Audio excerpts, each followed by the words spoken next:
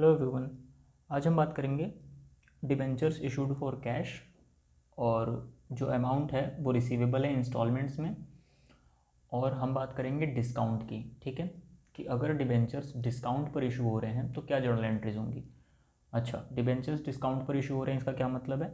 इसका ये मतलब है कि जो इशू प्राइस होगा वो कम होगा फेस वैल्यू से। ठीक है, जैसे अगर फेस वैल्यू 100 रुपये है एक डिबेंचर का, तो वो जो कंपनी है वो 100 रुपये से कम में इशू करेगी डिबेंचर्स को। ठीक है, जैसे इस क्वेश्चन में देख लेते हैं। A limited issued 1010% debentures of 100 each at 10% discount. ठीक है, तो कंपनी 10% डिस्काउंट पर इशू कर रही है डिबेंचर्स को। ये जो डिस्काउंट है ये हमेशा फेस वैल्यू पर कैलकुलेट होता है। फेस वैल्यू कितना है? 100 रुपीज़। अब 100 रुपीज़ का 10% कितना होगा? 10 रुपीज़। तो अगर एक कंपनी 100 रुपये वाला डिबेंचर 10 रुपये के डिस्काउंट पे इशू कर रही है, मतलब कितने पे इशू कर रही है? 90 रुपये पे।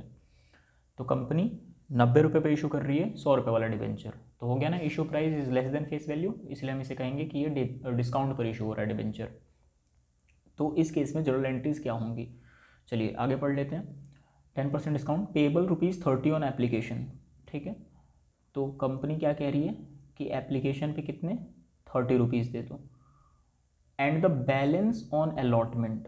बैलेंस ऑन अलॉटमेंट का क्या मतलब है? जितना बच गया वो अलॉटमेंट पर। अब कितना बच गया?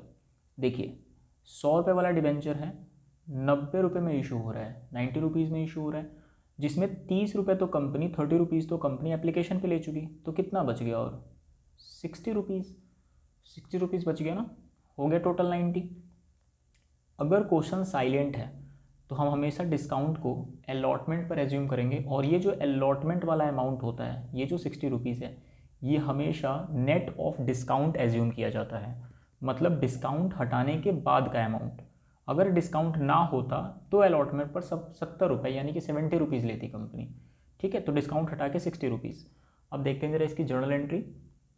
सबसे पहले आपको पता है कि सबसे पहले लोग फॉर्म भरते हैं, और लोग जब फॉर्म भरते हैं तो एंट्री क्या होती है? पैसा आता है। ठीक है, तो एंट्री होती है bank account debit to debenture application account.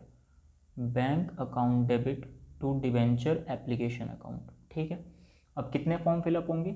1000 debentures हैं, 1000 डिबेंचर्स हैं, और एक एक डिबेंचर पर एप्लीकेशन के टाइम 30 रुपीज़ आएगा। ठीक है, एक एक डिबेंचर पर 30 रुपीज़। तो ऐसे अगर 1000 डिबेंचर्स हैं, 1000 डिबेंचर्स हैं, तो कितने पैसे आ गए कंपनी के पास? 30,000 रुपीज़ आ गए। ठीक है, तो ये हुई पहली एंट्री। इसके बाद क्या होता है? इसके बाद डिबेंचर्स को अलॉट करने की एंट्री होती है। डिबेंचर्स कैसे अलॉट होते हैं? ये जो हमने यहाँ पर क्रेडिट किया है डिबेंचर एप्लीकेशन अकाउंट को, ये जो हमने डेबिट यहाँ पर क्रेडिट किया है डिबेंचर एप्लीकेशन अकाउंट को, इसको क्लोज करते हैं डेबिट करके। ठीक है, तो 30,000 रुपीज़ क्रेडिट था, 30,000 रुपीज़ डेबिट करके क्लोज कर देंगे, और क्या लिखेंगे? 2% डिवेंचर्स। कितने परसेंट डिवेंचर्स हैं? 10% डिवेंचर्स हैं। ठीक है, तो 10% डिवेंचर्स अकाउंट, ये हो गए आपके डिवेंचर्स अलॉट। डिवेंचर्स अलॉट करने के बाद क्या होता है? डिवेंचर्स अलॉट करने के बाद कंपनी नेक्स्ट कॉल, यानी कि एप्लीकेशन के बाद क्या है? अलॉटमेंट। कंपनी अलॉटमेंट मांगेगी लोगों से। जब कंपनी अलॉटमेंट मांगेगी तो कितने रुपए मांगेगी? 60 रुपीज़ मांगेगी अलॉटमेंट के। ठीक है, अलॉटमेंट ड्यू करेंगे पहले, मांगने की एंट्री। तो क्या होगा? Debenture allotment account debit. ये जो 60 रुपीज़ है ये क्या है? नेट ऑफ डिस्काउंट, मतलब डिस्काउंट हटाने के बाद, क्योंकि अलॉटमेंट पर डिस्काउंट था। तो कंपनी 1000 डिबेंचर्स हैं, 1000 डिबेंचर्स, और एक एक से कितना मांगेगी? 60 रुपीज़ मांगेगी। ठीक है, तो कितना हो जाएगा? 60,000। आप यहाँ पर ध्यान देंगे, टू 10% डिबेंचर्स।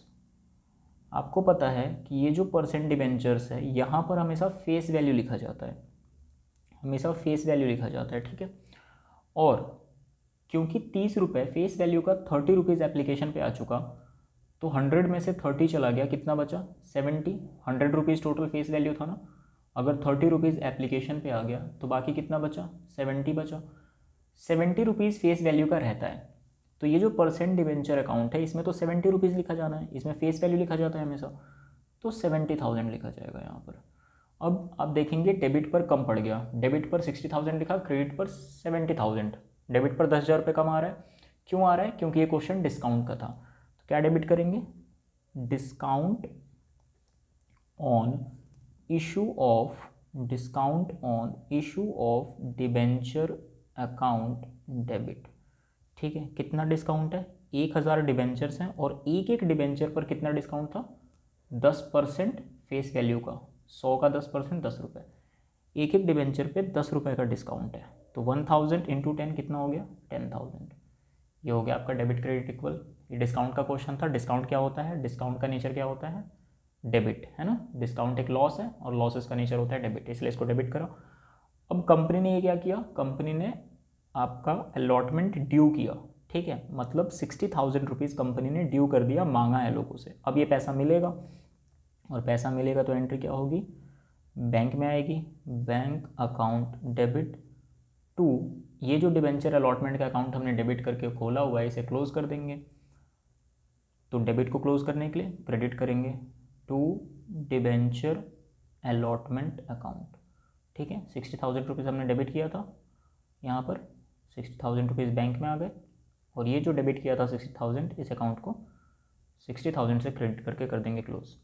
ठीक है, तो ये है एंट्री आपकी अगर डिस्काउंट पर डिबेंचर्स इशू हो रहे हैं। डिस्काउंट का नेचर होता है, डिस्काउंट डेबिट होता है, इसलिए यहाँ पर डेबिट कर देंगे। ठीक है, चलिए आज के लिए इतना ही। Thank you.